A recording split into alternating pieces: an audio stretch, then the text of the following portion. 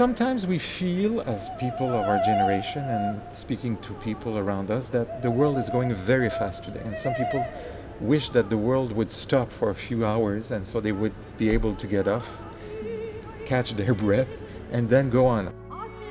People are craving for relationship, real relationship, to be able to sit in front of each other, to care for each other. This is important. And bohème is showing that.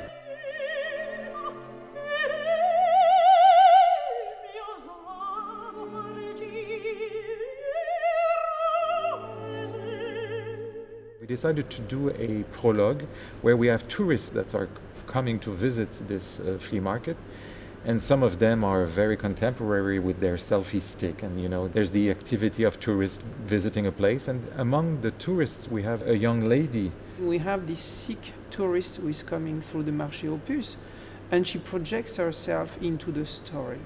And it's also interesting to have the vision from somebody who is in a terminal phase of their life, to see it through the eyes of somebody who knows the end is close. And this is really what Mimì is doing.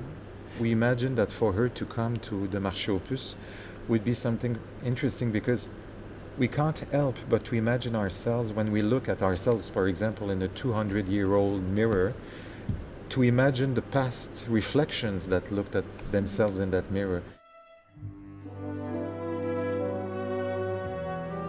We chose the 1920s because the 20s is an era full of energy in Paris. Paris was the place to be. Every chorus that are in La Bohème have a definite character.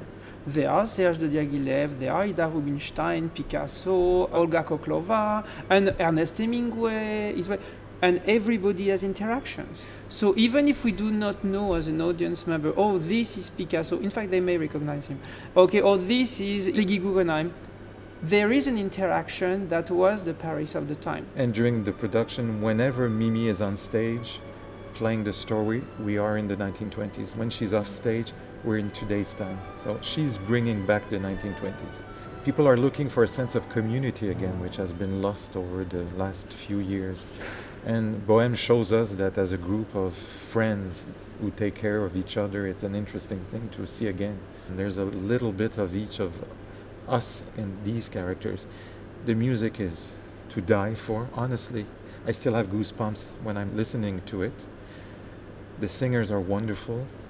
So the appeal of La Bohème is a musical appeal, a theatrical appeal, because it's really a masterpiece and a great introduction to the opera world, in fact.